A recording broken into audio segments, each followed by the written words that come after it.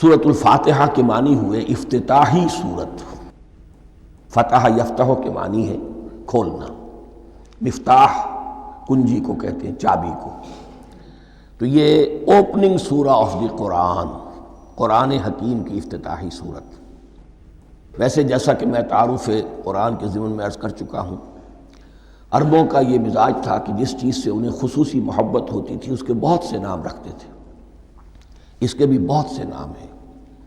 سورۃ الفاتحہ سب سے عام ہے، لیکن الکافیہ، الشافیہ، ام القرآن، اساس القرآن، کم سے کم یہ 4 نام تو میں سمجھتا ہوں کہ ہر مسلمان کو مزید معلوم ہونے چاہیے، اور بھی بہت سے نام. اس سورہ مبارکہ کی بالاتفاق و بالاجماع 7 آیتیں ہیں، اگرچہ ان کی ترتیب میں کچھ اختلاف ہے. ایک رائے یہ ہے، اور یہ رائے امام شافعی کی بھی ہے اور بصرہ کے جو قراء تھے ان کی بھی ہے، کہ آیت بسم اللہ بھی سورہ فاتحہ میں شامل ہے، اس کا جز ہے. وہ اس کو شامل کر کے پھر 7 آیتیں بناتے ہیں. تو آخری جنہیں ہم 2 آیتیں سمجھتے ہیں، صراط الذین انعمت علیہم غیر المغضوب علیہم ولا الضالین، وہ ان کے نزدیک ایک آیت ہے. تو گویا کہ نتیجہ یہ نکلا کہ آیتوں کی تعداد 7 ہی رہتی ہے. امام ابو حنیفہ رحمۃ اللہ علیہ کا موقف اور کوفے کے جو قراء تھے ان کا بھی موقف یہ ہے کہ آیت بسم اللہ نہ سورہ فاتحہ کا جز ہے نہ کسی اور سورت کا جز ہے، سوائے ایک مقام پر جہاں حضرت سلیمان علیہ السلام کا خط جو ہے نقل ہوا ہے، جو انہوں نے ملکہ سبا کو لکھا تھا، انہ من سلیمان و انہ بسم اللہ الرحمن الرحیم. تو قرآن کے متن میں صرف اسی جگہ پر یہ آیت شامل سمجھتے ہیں، باقی یہ صرف علامت کے طور پر کہ یہاں سے ایک نئی سورت شروع ہو رہی ہے درج کی گئی ہے. اس سورہ مبارکہ کو الصلاح قرار دیا گیا ایک حدیث میں. اس کا جو اسلوب ہے وہ دعا کا ہے، اور دعا کے ساتھ اس کی جو مناسبت ہے، اور پھر اسی کی وجہ سے ہماری نماز کا یہ جزو لا ینفک بنا دیا گیا. بلکہ ایک حدیث جو میں آپ کو سناؤں گا اس میں اسی کو نماز قرار دیا گیا، الصلاح یہی ہے. ویسے وہ حدیث مبارک موجود ہے، من لم یقرأ بفاتحۃ الکتاب لا صلاۃ لمن لم یقرأ بفاتحۃ الکتاب. جو شخص سورہ فاتحہ کی تلاوت نہیں کرتا اس کی کوئی نماز نہیں. اس کے حوالے سے بھی ہمارے ہاں 2 مسلک ہیں، ذکر صرف اس لیے کر رہا ہوں کہ آپ کے علم میں ہو، ان میں کوئی بنیادی فرق نہیں ہے.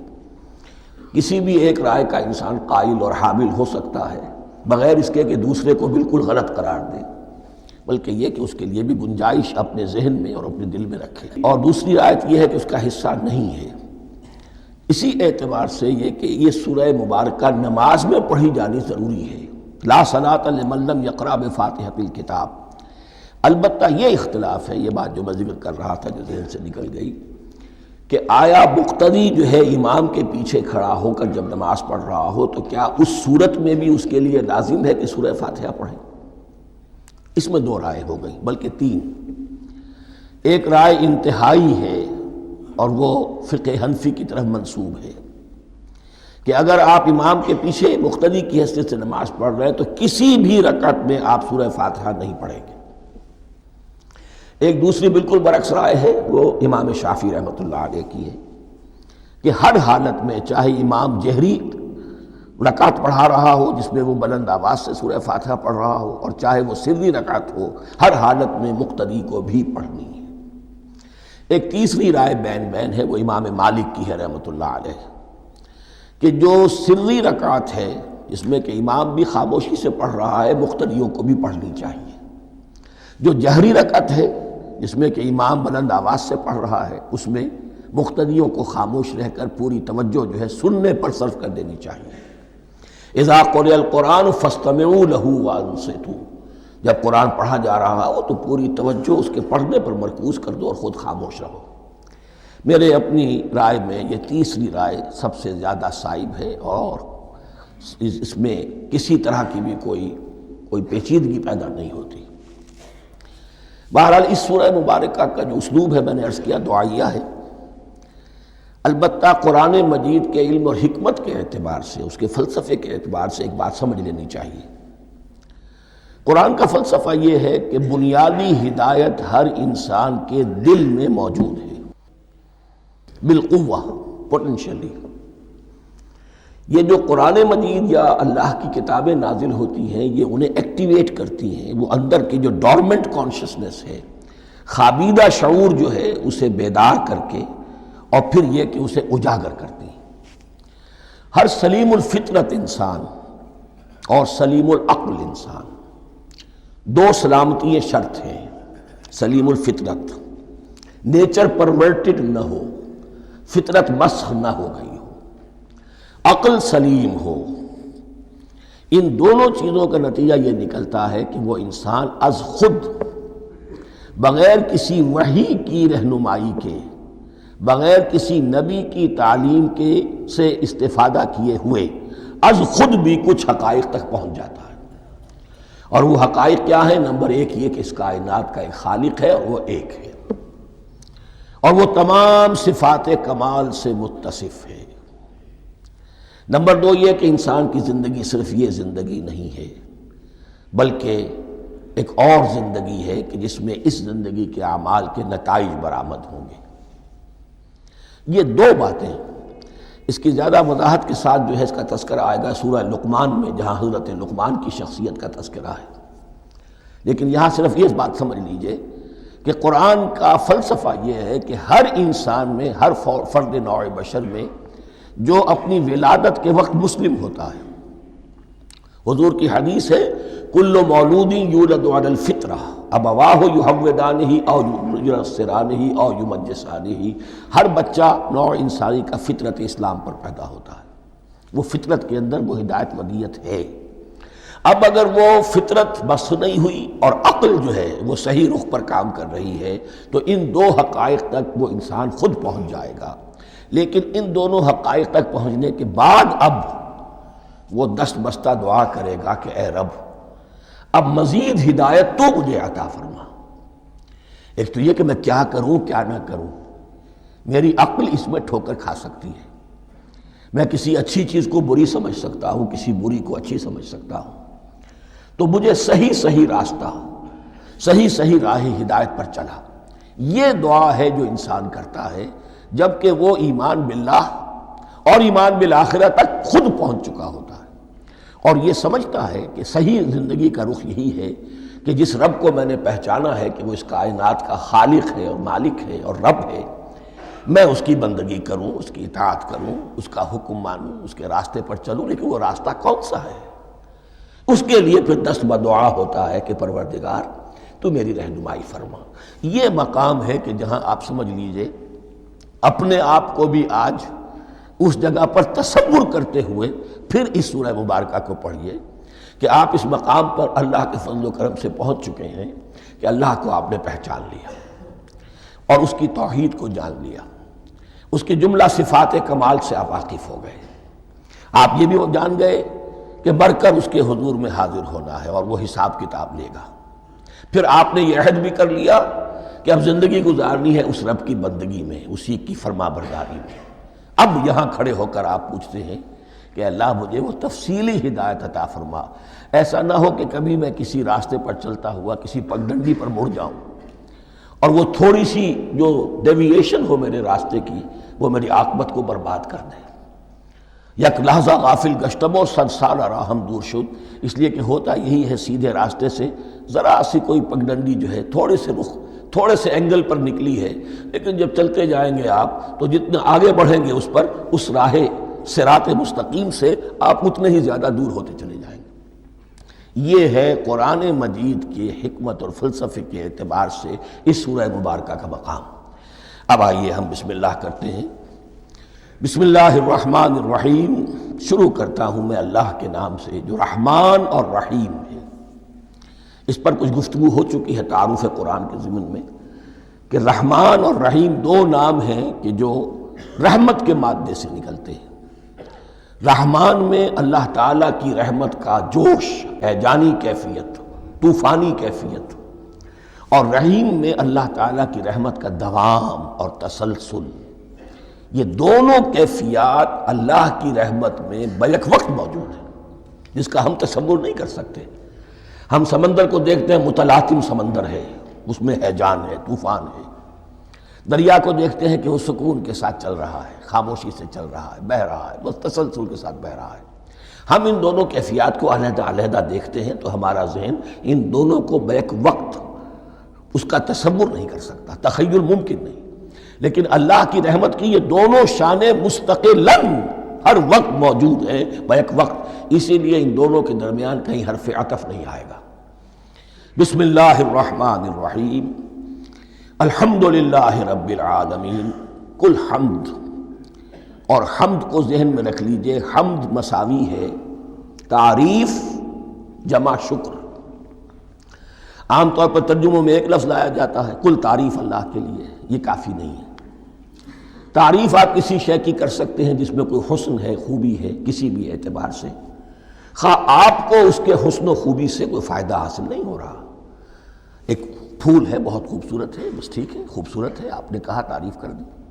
شکر کرتے ہیں آپ اس شے کا جس سے آپ کو کوئی فائدہ پہنچا ہو، استفادہ ہوا ہو، آپ کی کوئی ضرورت پوری ہوئی ہو، آپ کی کوئی مشکل رفع ہوئی ہو۔ اور آپ دیکھیں گے کہ حمد میں یہ شکر کا پہلو غالب ہے۔ جتنی بھی دعائیں ہیں حضور سے منقول، شکر کے مقام پر وہاں حمد آتا ہے۔ بھوک لگی ہوئی تھی، کھانا کھایا، الحمدللہ الذی اطعمنی وسقانی۔ اب یہاں دیکھیے ترجمہ تعریف نہیں، شکر ہے اس اللہ کا جس نے مجھے کھلایا اور پلایا۔ آپ بیت الخلاء سے باہر آئے، نجاستیں آپ سے دور ہو گئیں، طبیعت میں انشراح ہوا، الحمدللہ الذی اذھب عنی الاذی وعافانی۔ وہ شکر ہے اس اللہ کا جس نے اذیت بخش چیزیں مجھ سے دور کر دیں اور مجھے عافیت بخشی۔ تو یہ الحمدللہ رب العالمین، اللہ تعالیٰ کا حسن و کمال اور حسن و جمال اپنی جگہ بھی اس انتہا کا ہے کہ جتنی تعریف اس کا حق ہے ہم کر ہی نہیں سکتے، لیکن اس کے احسانات اور انعامات ہم پر اتنے ہیں کہ ہم ان کو بھی گن نہیں سکتے۔ لہٰذا ایک ہی احصاء ہم نے کر دیا الف لام کے ساتھ، الحمدللہ رب العالمین۔ تمام تعریفیں اور کل شکر اللہ کے لیے ہیں کہ جو تمام جہانوں کا پروردگار ہے، رب ہے، مالک ہے۔ رب میں ایک مفہوم ہوتا ہے ربوبیت کا، اور اس میں مفہوم شامل ہوتا ہے تربیت کا، ربیانی صغیرہ۔ تو مالک ہونا اور تربیت دینا، آپ جس شے کے مالک ہوں گے آپ چاہیں گے اس میں بڑھوتری ہو، اس میں اضافہ ہو، وہ نشو و نما پائے۔ تو یہ دونوں چیزیں آپس میں ایک دوسرے کا جڑی ہوئی ہیں، پروردگار بھی اور مالک بھی۔ عام طور پر عربی میں رب کا لفظ مالک کے لیے آتا ہے، رب البیت، رب الدار، رب المال۔ تو مالک وہاں پر ظاہر بات ہے کہ اس سے مراد کیا ہے، مال والا، گھر والا، گھر کا مالک۔ تو کل شکر اور کل تعریف اس اللہ کے لیے ہے جو تمام جہانوں کا مالک بھی ہے اور پروردگار بھی ہے۔ الرحمن الرحیم، رحمان ہے اور رحیم ہے۔ اب دوبارہ اس کی میں وضاحت نہیں کروں گا۔ مالک یوم الدین، یوم دین کا مختار مطلق ہے۔ دین عربی زبان میں کہتے ہیں بدلے کو، دناہم کما دانو، کما تدینو تو دانو، یہ کہاوت ہے۔ جیسے اردو میں ہم کہتے ہیں جیسا کرو گے ویسا بھرو گے، کما تدینو تو دانو، تو یہ ہے بدلہ۔ اس کا بنیادی مفہوم جو ہے وہ بدلہ ہے۔ تو بدلے کا ایک دن ہے جس دن فیصلہ ہوگا کہ کون کیا کما کر لایا ہے اور اسے کیا بدلہ ملنا چاہیے۔ آیا اس کا برائیوں کا پلڑا بھاری ہے کہ اسے سزا ملنی چاہیے، یا اس کی حسنات اور نیکیوں کا پلڑا بھاری ہے کہ اسے جزا ملنی چاہیے، اس کا انعام اور اکرام کے ساتھ معاملہ کیا جانا چاہیے۔ وہ ایک دن ہے، اسے ہم یوم القیامہ کہتے ہیں۔ اور لیکن اصل بات جو یہاں کہی گئی، یعنی ایک جملے میں تین باتوں کا اعتراف ہو رہا ہے۔ بعث بعد الموت، ایک دن آئے گا کہ ہم مرنے کے بعد تمام انسان اٹھا لیے جائیں گے، پھر حساب و کتاب، پھر اللہ کے ہاں حاضری ہوگی اور حساب کتاب ہوگا۔ اور تیسرے یہ کہ اس حساب کتاب کے دن کا مختار مطلق اللہ ہے، یعنی کسی اور کو اپنے ذہن میں سہارا بنا کر آپ زندگی گزاریں کہ وہ مجھے چھڑا لے گا، یا وہ ہستی جو ہے اتنی زوردار ہے کہ وہ مجھے بچا لے گی، اس سے اپنے دل کو، اپنے ذہن کو بالکل پاک کر لیجئے۔ مالک یوم الدین، ایک دوسری جگہ پر قرآن میں آیا ہے، اس روز کوئی پکارنے والا پکارے گا، لمن الملک اليوم للہ الواحد القہار، آج کے دن کس کا اختیار مطلق ہے؟ اور پھر کہا جائے گا اللہ کے لیے، الواحد قہار، جو پوری طرح چھایا ہوا ہے، بس تولی ہے۔ تو مالک یوم الدین جو جزا و سزا کے دن کا مالک ہے۔ اب یہاں سے کلام ایک رخ بدل رہا ہے۔ ابھی تک تو یہ غائبانہ انداز میں کلام ہو رہا ہے، اللہ سے خطاب نہیں آیا اس میں ابھی۔ الحمدللہ رب العالمین الرحمن الرحیم مالک یوم الدین، اب خطاب ہے ایاک نعبد و ایاک نستعین، ہم صرف تیری ہی بندگی کرتے ہیں اور کریں گے، اور ہم صرف تجھ ہی سے مدد مانگتے ہیں اور مانگیں گے۔ یہ ترجمہ میں کیوں کر رہا ہوں کہ یہ فعل مضارع ہے۔ عربی زبان میں فعل مضارع حال اور مستقبل دونوں کو کور کرتا ہے۔ ایاک کا جو ہے مفعول فاعلی جو ہے، مفعول جو ہے اس میں ضمیر مفعولی اسے پہلے لا کر حشر کا مضمون پیدا ہو گیا۔ ہم تیری بندگی کرتے ہیں نہیں، ہم تیری ہی بندگی کرتے ہیں اور کریں گے۔ حال میں ترجمہ کیجئے تو یہ اظہار حال ہے، اور مستقبل میں ترجمہ کیجئے تو یہ ایک عہد ہے، قول و قرار ہے، بہت بڑا معاہدہ ہے۔ وَإِيَّاكَ نَسْتَعِينُ، اور صرف تجھ ہی سے مدد مانگتے ہیں اور مانگیں گے۔ اس میں بھی حال کا ترجمہ اظہار حال، اللہ کرے کہ واقعی ہمارا حال وہی ہو، جب ہم یہ الفاظ کہتے ہیں تو واقعتاً ہم اس پر پورے اتر رہے ہوں کہ اسی کی بندگی کر رہے ہوں اور اسی سے ساری استعانت اور استمداد کر رہے ہیں۔ جہاں تک مستقبل کا تعلق ہے وہ پھر ایک عہد ہے، اہدنا الصراط المستقیم، یہ مقام وہ آ گیا کہ یہاں تک تو اے پروردگار ہم پہنچ گئے، تیرے فضل سے، تیرے کرم سے۔ فطرت سلیمہ بھی تیری عطا کردہ تھی، عقل سلیم بھی تیری ودیعت کردہ تھی، ان دونوں کی روشنی سے ہم یہاں تک تو پہنچ گئے۔ اب ہماری جو ضرورت ہے، احتیاج ہے، وہ کیا ہے؟ اہدنا الصراط المستقیم، ہدایت بخش ہمیں سیدھے راستے کی۔ یہاں دو باتیں سمجھ لیجئے۔ انفرادی سطح پر انسان کے لیے نہ معلوم کتنے مرحلے آتے ہیں ہر روز کہ جس میں وہ ایک ٹھٹک کر کھڑا ہو جاتا ہے، یہ کروں یا یہ کروں، دو آلٹرنیٹو سامنے آ رہے ہیں، فیصلہ کرنا مشکل ہو رہا ہے، قدم قدم پر ہدایت کی ضرورت ہے۔ اور اجتماعی طور پر نوع انسانی تین بڑے بڑے تمدنی مسائل میں واقعہ یہ ہے کہ تسلیم کر لیا جانا چاہیے کہ عقل انسانی اس کو راستہ نہیں دکھا سکتی۔ عام معاشرتی سطح پر مرد اور عورت کے درمیان حقوق اور اختیارات کا کیا توازن ہو، ناممکن ہے، انسان طے نہیں کر سکتا۔ انسان یا مرد ہے یا عورت ہے۔ عورت سوچے گی اپنے لحاظ، اپنے جذبات کا، اپنے خیالات کا لحاظ رکھے گی، مرد کے جذبات و احساسات کا اس کا کوئی تصور ہی ممکن نہیں۔ مرد سوچے گا اسے اپنے احساسات معلوم ہے، لیکن یہ کہ عورت کے احساسات سے وہ نابلد ہے، ان کو محسوس کر ہی نہیں سکتا۔ لا محالہ وہ اپنے بارے میں وہ جو بھی نظام بنائے گا اس میں وہ اپنی بالادستی رکھے گا۔ وہ تو ایک ہی ہستی ہو سکتی ہے کہ جو دونوں کی خالق ہے، مرد کی بھی عورت کی بھی، اور اس کو دونوں سے محبت ہے، دونوں کا خیر خواہ ہے، دونوں کا رب ہے، دونوں کو پروان چڑھانا چاہتا ہے۔ اسی طرح فرد اور معاشرہ یا ریاست، حکومت اور ریاست ہمیشہ یہ چاہتی ہے کہ سارے اختیارات ہمارے ہاتھ میں آ جائیں، ٹوٹلیٹیرین سوسائٹی ہو، بس ہم حکم دیں اور لوگ اس پر چلیں۔ افراد یہ چاہتے نہیں، ہمیں آزادی ہونی چاہیے۔ اب آپ دیکھیے کہ دنیا میں کتنے جھگڑے چلتے ہیں اسی پر، فریڈم فریڈم فریڈم۔ وہ فریڈم واقعتاً اپنی جگہ پر ایک شے ہے، افراد کی آزادی ہونی چاہیے، لیکن افراد کی آزادی اتنی نہ ہو جائے کہ وہ مادر پدر آزاد ہو جائے، کوئی قانون، کوئی قاعدہ، کوئی اخلاقی کوئی حدود اور قیود جو ہے ان کا پابند نہ رہے۔ تو اب کہاں ہے وہ نقطہ اعتدال کہ جس میں انسان کی انفرادی آزادی، انفرادی اختیار اور ادھر اجتماعی مصلحتیں جو ہیں ان کو بیلنس کیا جا سکے؟ انسان طے نہیں کر سکتا، صرف اللہ ہی اس کے لیے نظام دے سکتا ہے۔ تیسرا مسئلہ ہے سرمایہ اور محنت، اس میں کیا توازن ہو؟ سرمایہ اور محنت دونوں مل کر کچھ بنا رہے ہیں، کچھ پروڈیوس کر رہے ہیں۔ اب اس میں نفع جو ہوا ہے اس میں سرمایہ کا کتنا حصہ ہونا چاہیے اور لیبر کا کتنا ہونا چاہیے، کون طے کر سکتا ہے؟ اس کے لیے بھی کہ ایسا نہ ہو کہ سرمایہ داری جو ہے آکاش بیل بن کر پورے معاشرے پر چھا جائے، اور غریب بیچارہ، مزدور بیچارہ، کاشتکار بیچارہ وہ گویا کہ چکی کے دو پارٹوں میں پس کر رہ جائے، اس کی کوئی حیثیت نہ رہ جائے۔ لیکن یہ کہ دوسری طرف اگر یہ کہ مزدور کا جو حق ہے اس سے زیادہ اس کو دے دیا جائے تو سرمایہ جو ہے وہ سکڑ جائے گا، شائی ہو جائے گا، وہ پھر میدان میں نہیں آئے گا۔ کیا کیا جائے؟ کون سا نقطہ عدل و اعتدال ہے؟ یہ تین مسائل ایسے ہیں، اہدنا الصراط المستقیم۔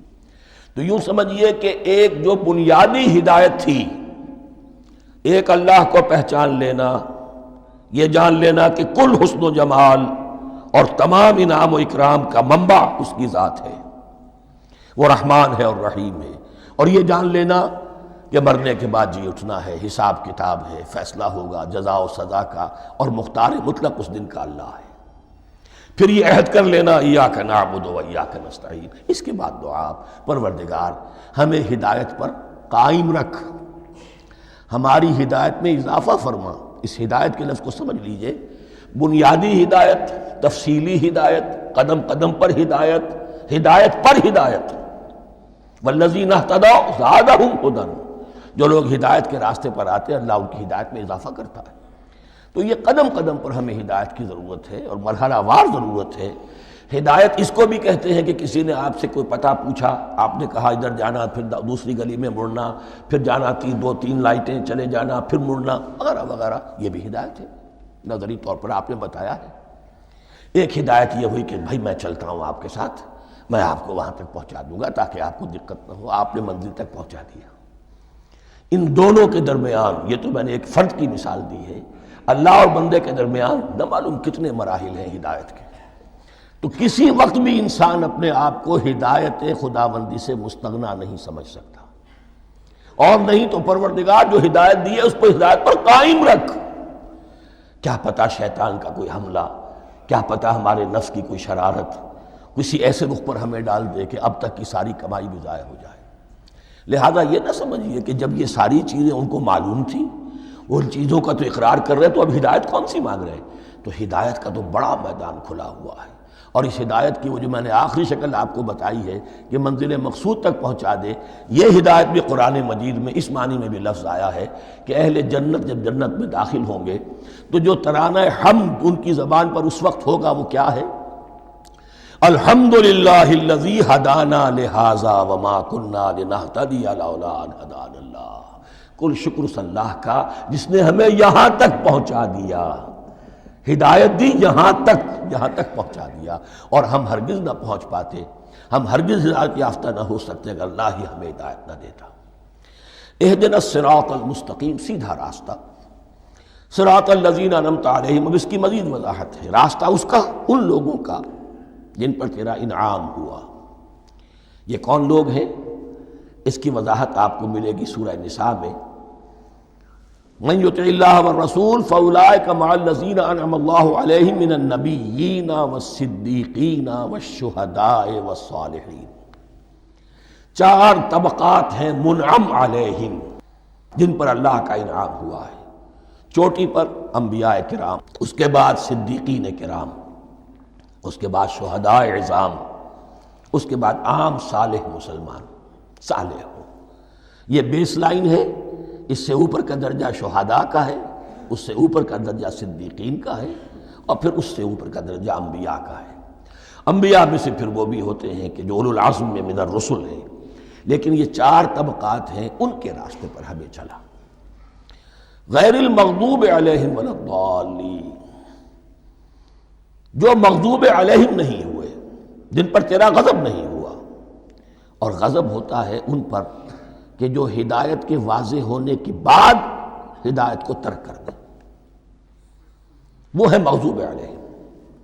جنہیں ہدایت مل گئی ہو، ہدایت کو پہچان لیا ہو، پھر اپنی شرارت نفس کی وجہ سے، اپنی نفسانیت کی وجہ سے، اپنے تکبر کی وجہ سے، اپنے حسد کی وجہ سے وہ اس حق کو رد کر دیں، اس کو ترک کر دیں، ان پر اللہ کا غضب آتا ہے۔ اور اس میں اس کی بہت بڑی مثال تاریخ کے اعتبار سے یہودی ہیں۔ اللہ نے انہیں ہدایت دی، کتابیں عطا کی، تورات، انجیل، زبور، سینکڑوں نبی ان میں مبعوث کیے، 1400 برس تک نبوت کا تار ٹوٹا ہی نہیں، مسلسل۔ ابتدا میں بھی 2 نبی، موسیٰ اور ہارون، اور اختتام پر بھی 2 نبی، عیسیٰ اور یحییٰ علیہ الصلاۃ والسلام، اور ان کے مابین کوئی لمحہ نہیں آیا ہے تاریخ بنی اسرائیل میں جبکہ کوئی نہ کوئی نبی موجود نہ ہو، لیکن انہوں نے اپنی شرارت نفس کی وجہ سے ہدایت تورات سے بھی منہ موڑا، اور پھر سب سے بڑی بات یہ کہ ہدایت محمدی سے، ہدایت قرآنی سے بھی صلی اللہ علیہ وسلم منہ موڑا۔ وہ ہے مغضوب علیہم ولا الضالین، اور نہ ہی گمراہ ہوئے۔ یہ لفظ جو آتا ہے عربی زبان میں گمراہ کا بھی ہے اور تلاش حق میں بھٹکنے والے کا بھی ہے۔ ایک وہ شخص ہے جس پر حق ابھی واضح نہیں ہوا، وہ تلاش میں ہے، اس کے لیے بھی ضال کا لفظ آئے گا۔ اسی طرح کوئی شخص کسی کے عشق اور محبت میں ایسا ہو جائے، دیوانہ ہو جائے، اس کو بھی ضال کہتے ہیں، یعنی اس کے اوپر جذبات کا اتنا غلبہ ہو گیا ہے کسی کی محبت اور عشق کی بنا پر۔ تو حضور کے لیے یہ لفظ آیا ہے وَوَجَدَكَ ضَالًّا فَهَدَىٰ، اور یہ تو سورۃ الضحیٰ ہے، اکثر بیشتر لوگوں کو یاد ہوگی۔ تو یہ جو ضال کا لفظ ہے اس میں سمجھ لیجئے ضروری نہیں ہے کہ وہ گمراہ ہو، بلکہ وہ بھی کہ جو ابھی راہ ہدایت کی طلب میں اس کے حصول کے لیے اس کی تلاش میں کوشاں ہیں، اور وہ بھی کہ جو کسی مغالطے کی وجہ سے حق سے منحرف ہو جائے۔ یہ بھی جان لیجئے کہ ایک ہے بدنیتی، تکبر، حسد، حق کو جان کر پہچان کر رد کر دینا یا چھوڑ دینا یا ترک کر دینا، ایک ہے کسی غلطی میں، کسی جذبات کے اندر آ کر، کسی غلو کے اندر مبتلا ہو کر اور حق سے منحرف ہو جانا۔ اس کی جو سب سے بڑی مثال ہے وہ نصارہ ہے، عیسائی ہے۔ حضرت مسیح کو انہوں نے مانا لیکن غلو کیا، یہ لفظ آئے گا آگے، لا تغلو فی دینکم، اپنے دین میں غلو نہ کرو۔ جیسے ہمارے ہاں بھی بعض لوگ ہیں جو حضور صلی اللہ علیہ وسلم کی تعریف میں، حضور صلی اللہ علیہ وسلم کے ساتھ اپنی محبت کے اظہار میں غلو کر جاتے ہیں۔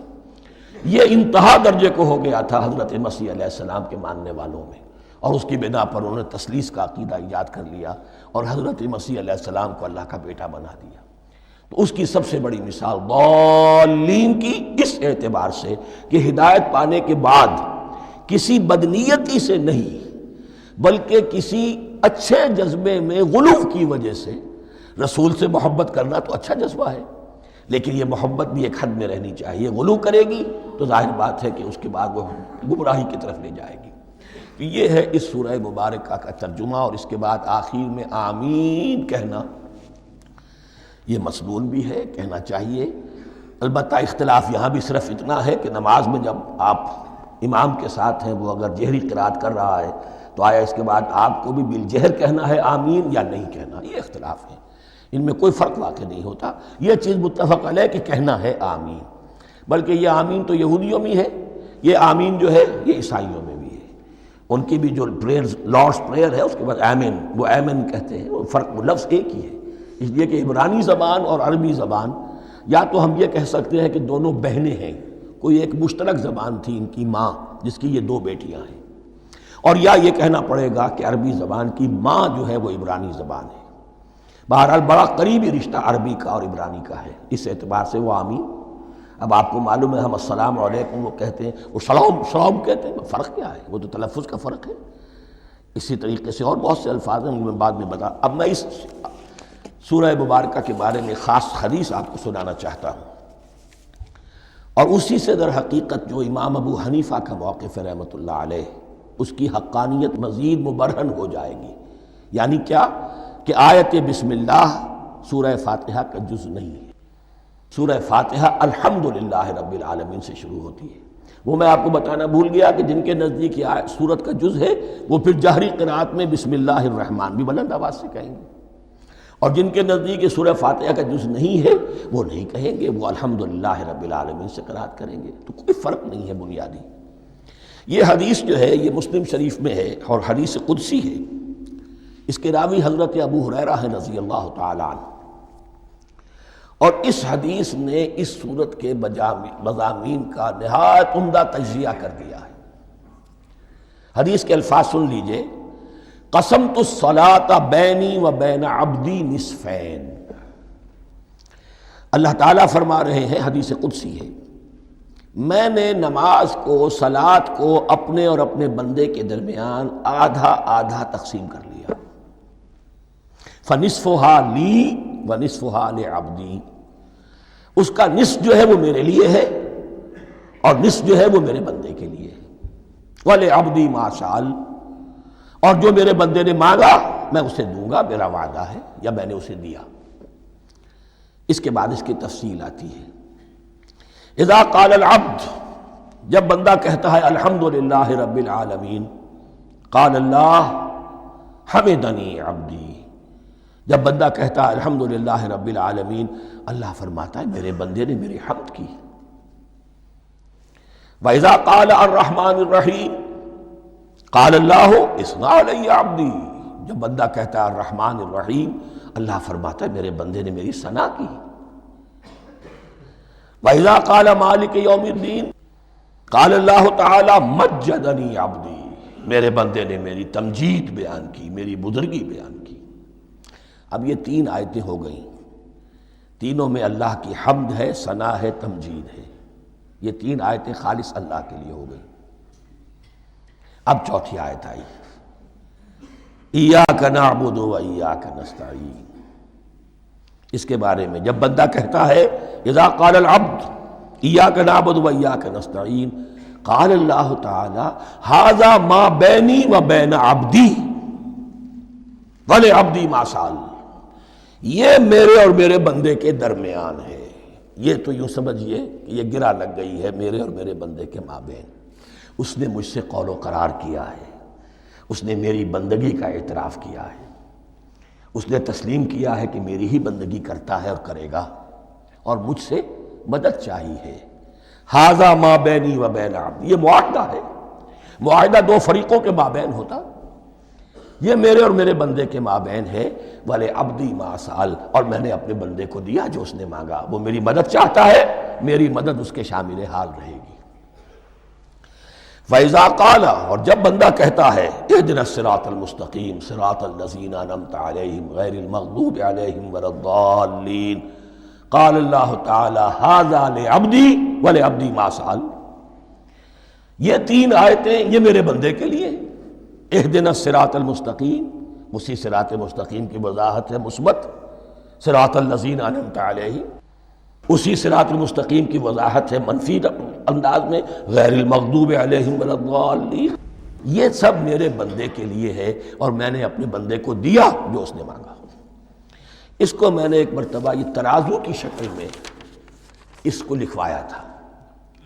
دیکھیے یہ ایاک نعبد و ایاک نستعین، یہ ہے وہ ترازی کی وہ ڈنڈی، واو جو ہے ایاک نعبد و ایاک نستعین، واو جو ہے گویا کہ وہ مٹھ ہے جس سے کہ ترازو کو پکڑا جاتا ہے۔